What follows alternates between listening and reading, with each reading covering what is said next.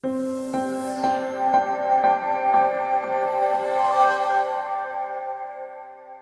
Tuhan, salam sejahtera di dalam kasih Tuhan kita Yesus Kristus. Kembali pagi hari ini kita boleh ada beribadah, sekalipun mungkin di rumah kita masing-masing, ya. Biarlah kita tetap mengundang hadirat Tuhan hadir di tengah-tengah rumah kita, di tengah-tengah keluarga kita. Biar Tuhan yang menjamah setiap hati kita. Puji Tuhan, Bapak Ibu saudara-saudari yang dikasihi oleh Tuhan. Saat ini mari kita akan baca firman Tuhan di dalam Kejadian pasalnya yang ke-32. Saudara, Kejadian pasal yang ke-32. Pagi hari ini kita akan membaca banyak ayat. Tapi biarlah firman Tuhan itu selalu baru dalam kehidupan kita. Di sini dalam Kejadian pasal yang ke-32, mari kita baca dimulai dari ayatnya yang pertama. Yakub melanjutkan perjalanannya, lalu bertemulah malaikat-malaikat Allah dengan dia. Ketika Yakub melihat mereka, berkatalah ia, "Ini bala tentara Allah," sebab itu dinamainya tempat itu Mahanaim. Saudara dikasihi oleh Tuhan, kita telah baca firman Tuhan dan kita melihat bahwa di sini Yakub bertemu dengan tentara malaikat Allah, sehingga ia menamakan tempat ini Mahanaim. Ya. Setelah Yakub memisahkan diri dari Laban, kalau kita memperhatikan ayat-ayat firman Tuhan dari pasal-pasal sebelumnya, Yakub terikat dari Laban. Yakub menjadi tahanan oleh Laban. Laban ini bicara tentang dunia. Kadangkala tanpa kita sadari, kita menjadi tahanan dunia. Namun saat itu Yakub memisahkan diri dari Laban, dari dunia. Datanglah pewahyuan Tuhan. Ya. Kita membaca bahwa di ayat yang pertama dan kedua ini Yakub bertemu dengan bala tentara surga. Luar biasa, Saudara. Tapi kita tahu jalan cerita ini. Yakub sebelum ia akan bertemu dengan Esau dalam perjalanannya ke Kanaan, dia tahu di hadapan dia ada Esau, ya.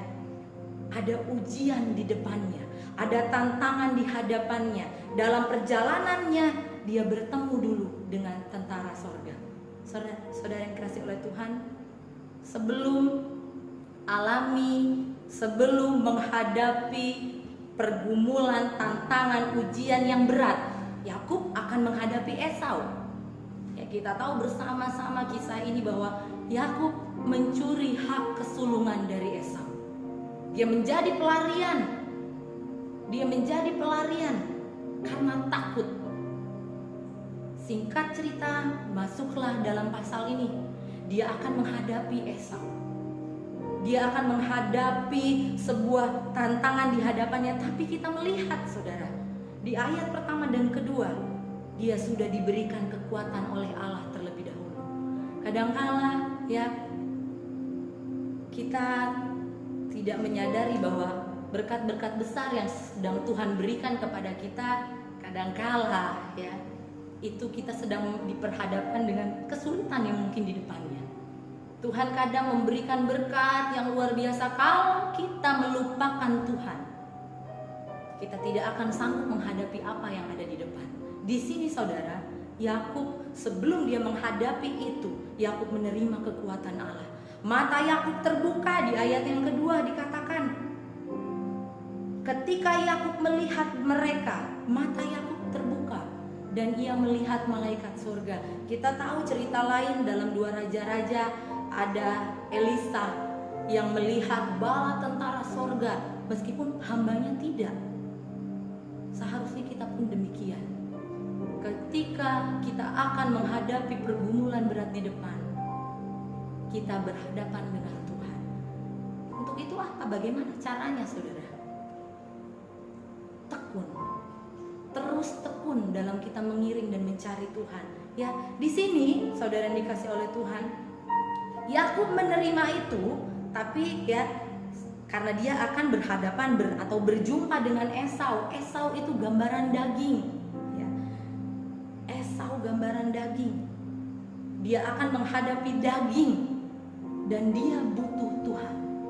Di hari-hari belakangan ini banyak anak-anak Tuhan yang mungkin menjadi tawar hati dengan keadaan yang ada, menjadi kecut hati, menjadi hilang sukacita dengan segala sesuatu yang terbatas. Seperti sekarang kita harus beribadah, yang harus melihat handphone atau melihat laptop, tawar hati.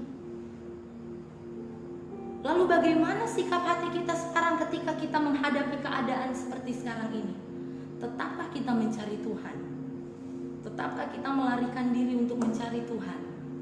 Atau kita tetap membiarkan hati kita menjadi tawar? Saudara, di sini kita melihat bahwa Yakub di ayatnya yang keempat, ia memerintahkan kepada mereka, beginilah kamu katakan kepada tuanku, kepada Esau, beginilah kata hambamu Yakub, aku telah tinggal pada Laban sebagai orang asing dan diam di situ selama ini. Nah, Yakub di dalam ayat ini mengirim pesan kepada utusannya untuk berjalan lebih dahulu, tapi kita lihat bahwa Yakub menyebutkan kata Esau di sini kepada tuanku.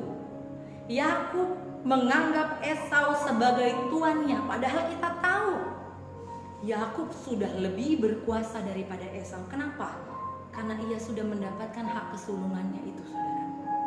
Tapi dia masih berkata bahwa kepada tuanku. Rupanya takut. Rupanya Yakub di sini takut karena masih dibayang-bayangi oleh masa lalunya. Yakub menjadi lemah, ya.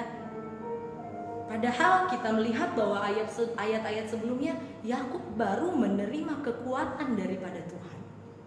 Kadangkala intimidasi dari kuasa kegelapan datang pada kita. Kamu seperti ini, kamu seperti ini. Ketakutan datang. Padahal baru diberikan kekuatan, padahal baru berdoa, padahal baru baca firman Tuhan. Ya.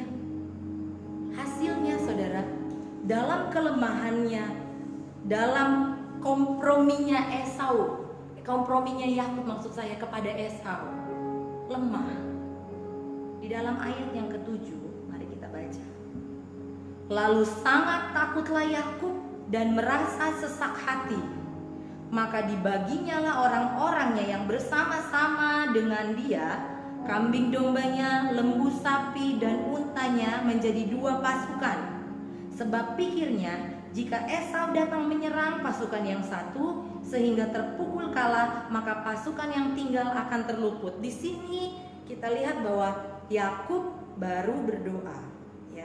Di dalam takutnya Yakub baru bertemu dengan malaikat Tuhan. Lalu dia menjadi takut, ya. Dia belum berdoa. Di sini ayat yang ke-7 dan 8, dalam ketakutannya Yakub mengambil keputusan.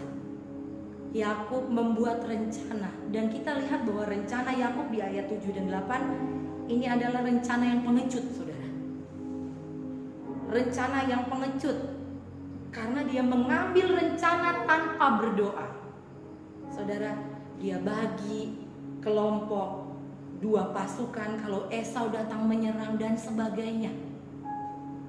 Tapi ayatnya yang ke-9, kemudian berkatalah Yakub, ya Allah nenekku Abraham dan Allah ayahku Ishak, ya Tuhan yang telah berfirman kepadaku, pulanglah ke negerimu serta kepada sanak saudaramu, dan aku akan berbuat baik kepadamu. Sekali-kali aku tidak layak untuk menerima segala kasih dan kesetiaan yang engkau tunjukkan kepada hambamu ini, sebab aku membawa hanya tongkatku ini waktu aku menyeberangi sungai Yordan ini, tetapi sekarang telah menjadi 2 pasukan. Ayat 9 dan 10 Yakub baru berdoa. Saudara, ketika Yakub berdoa, Yakub sadar diri. Yakub kenal diri. Yakub katakan di sini, aku akan berbuat baik kepadamu. Sekali-kali aku tidak layak. Pernahkah kita datang berdoa di bawah kaki Tuhan dengan ketidaklayakan kita? Tuhan, saya tidak layak. Bahkan untuk meminta lebih tidak layak. Saya beberapa kali belakangan ini ketika saya berdoa, Tuhan, rasanya saya malu untuk berdoa minta lagi sama Tuhan. Karena terlalu banyak kebaikan Tuhan. Karena terlalu banyak kasih setia Tuhan yang Tuhan berikan. Sehingga kalau mau datang berdoa minta, saudara, seperti tidak layak. Tuhan, kadang saya berdoa, Angel malu sebenarnya mau berdoa begini. Tidak layak. Di sini Yakub datang kepada Tuhan, dia katakan, sekali-kali aku tidak layak menerima segala kasih dan kesetiaan yang Engkau tunjukkan. Yakub di dalam ia berdoa, ia sadar dan kenal dirinya. Dalam Yesaya 40 ayat 29 firman Tuhan katakan, dia memberi kekuatan kepada yang lelah. Yang lelah. Apakah saat-saat sekarang ini saudara yang sedang beribadah di rumah sedang merasa lelah? Lelah. Datang kepada Tuhan. Datang kepada Tuhan seperti Yakub dengan kesadaran diri. Capek Tuhan. Firman Tuhan katakan dia memberi kekuatan kepada yang lelah. Jadi pegang firman Tuhan, saudara.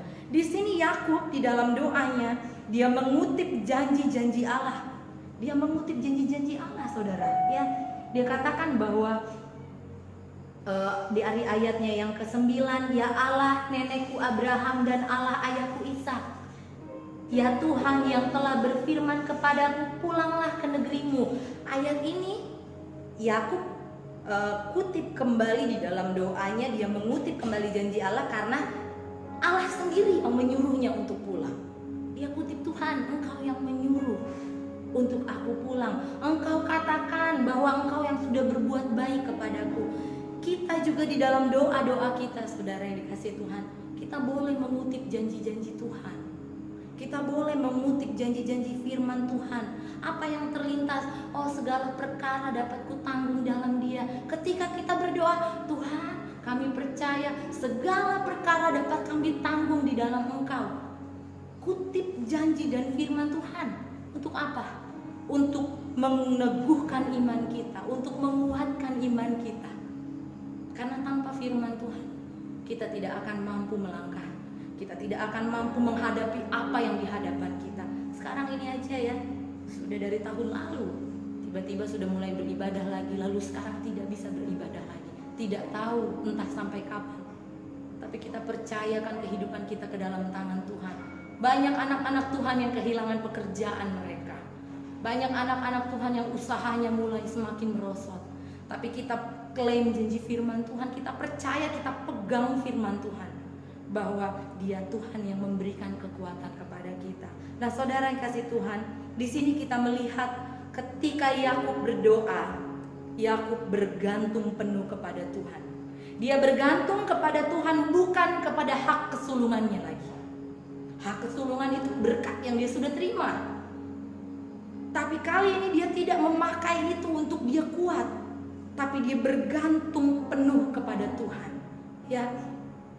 Dan di ayatnya yang ke-11 kita lihat, lepaskanlah kiranya aku dari tangan kakakku, dari tangan Esau, sebab aku takut kepadanya. Jangan-jangan ia datang membunuh aku, juga ibu-ibu dengan anak-anaknya. Di sini doa dari Yakub, dia minta kelepasan dari Esau.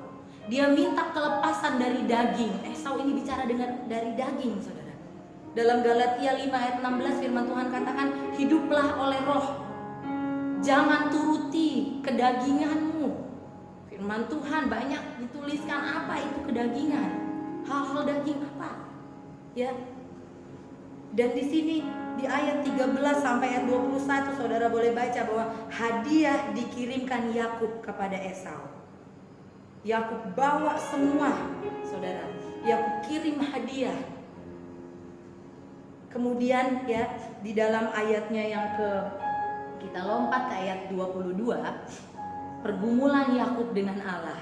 Pasal ini pasal yang sangat indah, saudara. Ayat-ayat ini kita baca ayat 22.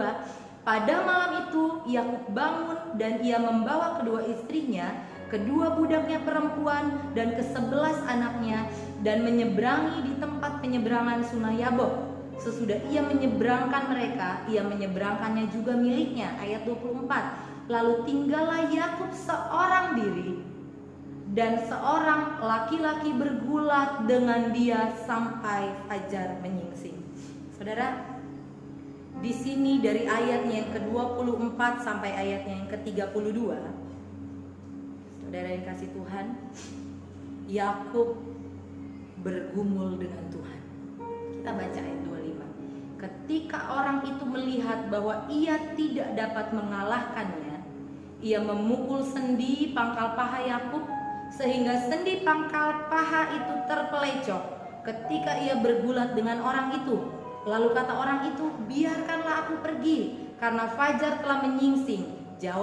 Sahut Yakub, aku tidak akan membiarkan engkau pergi jika engkau tidak memberkati aku. Di sini Yakub bergumul dengan Tuhan, ya.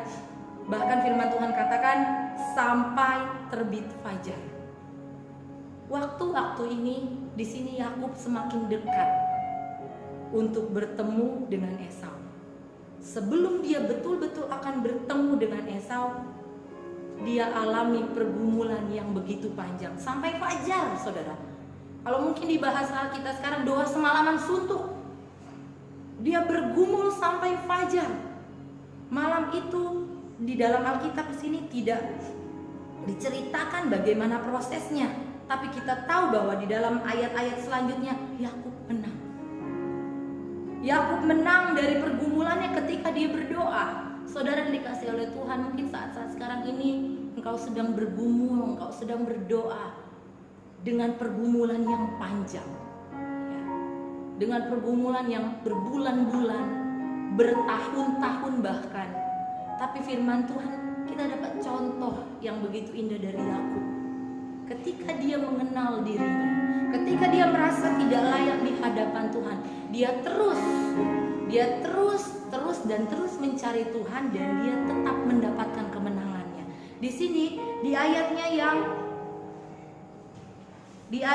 yang ke-28, lalu kata orang itu, namamu tidak akan disebutkan lagi Yakub, tetapi Israel, sebab engkau telah bergumul melawan Allah dan manusia, dan engkau menang. Saudara, ketika kita dinyatakan menang, senang.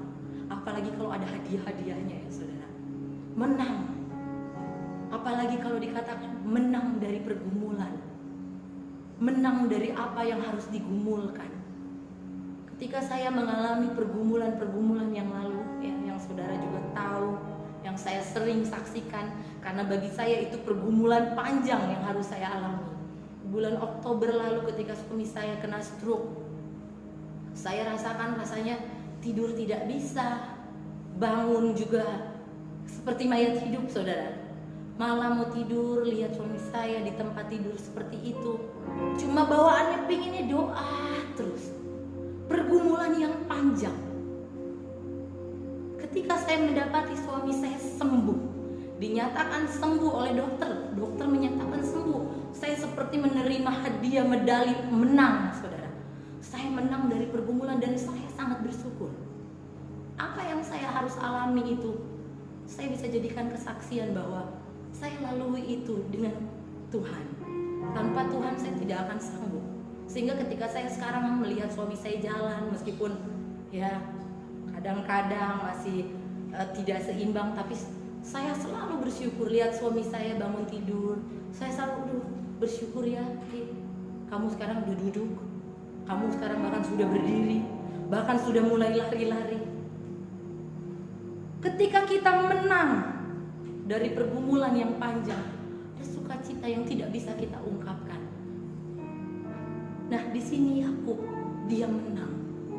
Di dalam Hosea 12 ayat 3 dan 4, Yakub dituliskan di situ bagai hulu balang. Apa hulu balang? Pahlawan, pemenang, ya.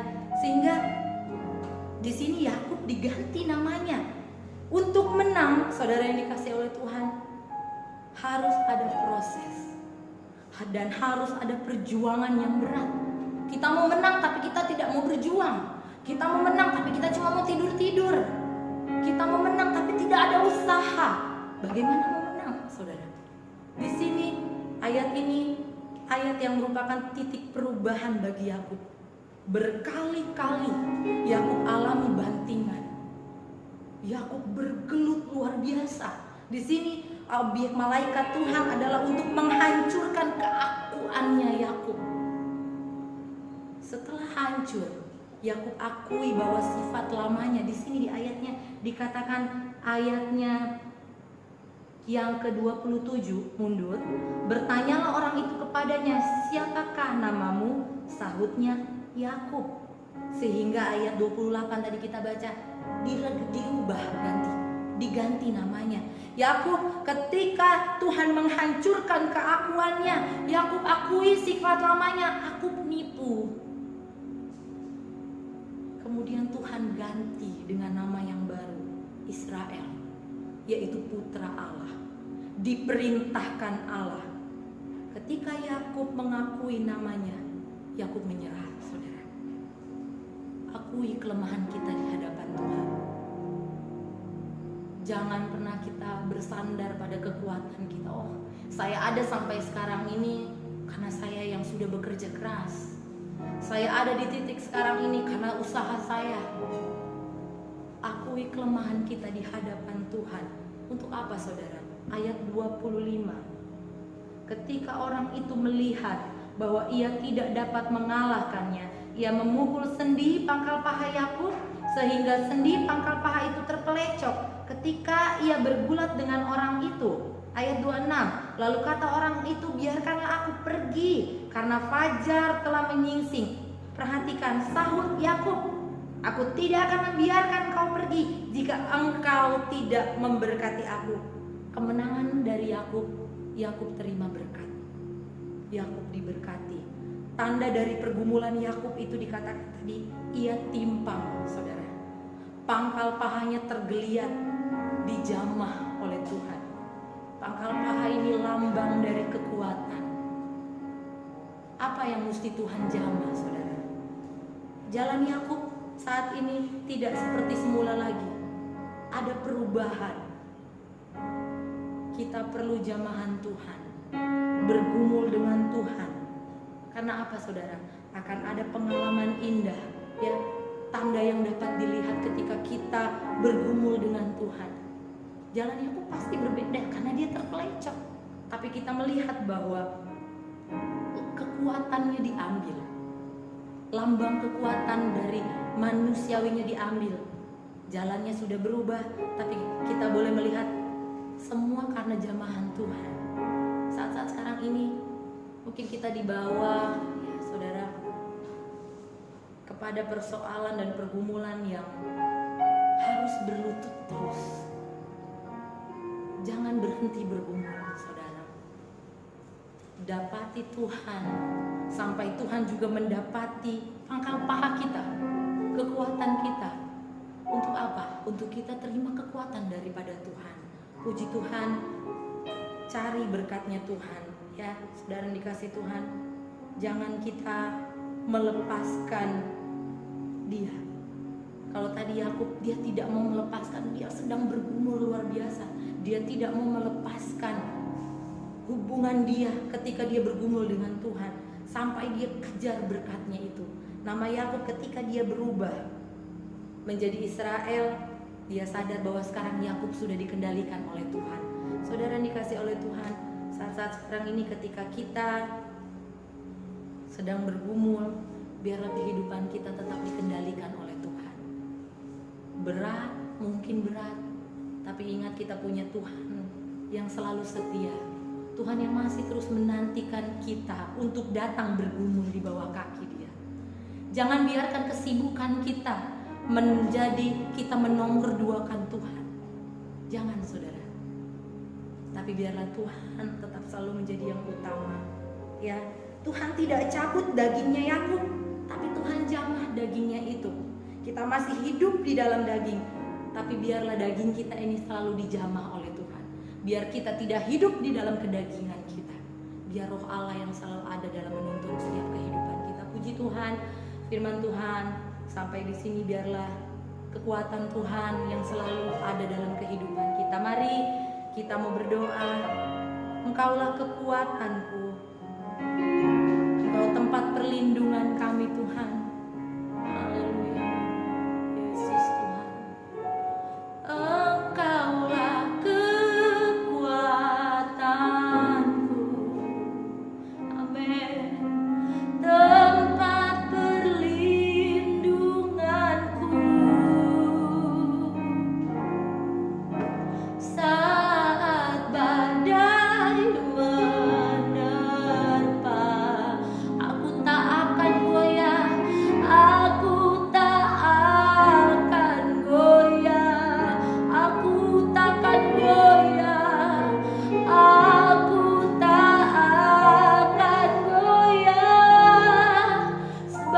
Engkau sertaku sejauh langit dari bumi, sejauh langit dari bumi. Begitu besarnya kasih-Mu, penuhi hati kami yang rindu menyembah-Mu. Yesus, sejauh langit dari bumi, begitu besarnya kasih-Mu. Kaulah Tuhan, kekuatanku, sukacitaku. Benar ya Tuhan, Engkau satu-satunya kekuatan kami, Engkau satu-satunya sukacita kami dalam kami menghadapi kehidupan kami yang semakin hari dalam pemandangan kami semakin berat.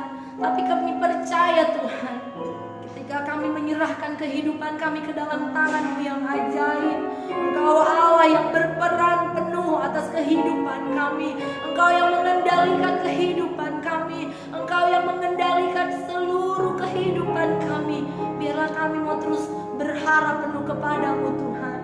Tuhan, ampuni segala keterbatasan kami sebagai manusia. Mungkin seringkali kami memakai kekuatan kami memakai pikiran kami. Tapi saat pagi hari ini firman-Mu datang kepada kami Tuhan, biarlah kami mau terus datang mencari Engkau sumber jawaban kami. Terima kasih Tuhan, terpuji-pujilah nama-Mu. Kalau mungkin ada anak-anak-Mu, jemaat-Mu yang saat sekarang ini sedang mengalami sakit, dari tempat ini kami berdoa Tuhan, di dalam nama Tuhan Yesus Kristus, Engkau memberikan kesembuhan. Engkau dokter di atas segala dokter, menjamah, menyembuhkan sakit penyakit anak-anak-Mu. Kami yang sedang dalam kelemahan, Roh Kudus kuatkan kami, Roh Kudus mampukan kami, Roh Kudus yang menjamin terus kehidupan kami. Terima kasih Tuhan, terpuji-pujilah nama-Mu. Materaikan kebenaran firman-Mu itu dalam hati kami, biar kami dapat melakukan setiap kebenaran firman-Mu itu. Dan Tuhan yang terus memampukan kami dan beri kekuatan baru bagi kami. Terima kasih Tuhan, terpuji-pujilah nama-Mu Bapa. Kami sudah menerima kebenaran firman-Mu, dan biarlah firman-Mu itu jatuh di tanah hati kami yang baik. Terpuji-pujilah nama-Mu Tuhan. Kami sudah berdoa dan mengucap syukur hanya di dalam nama-Mu Tuhan Yesus Kristus. Haleluya. Terimalah berkat dari Allah Bapa, cinta kasih sayang dari Tuhan Yesus Kristus, penghiburan dari Allah Roh Kudus, menyertai kita mulai saat ini sampai Maranatha. Tuhan Yesus datang kali yang kedua, menjemput kita yang tetap taat dan setia kepadanya. Di dalam berkat nama Tuhan Yesus Kristus. Haleluya. Amin.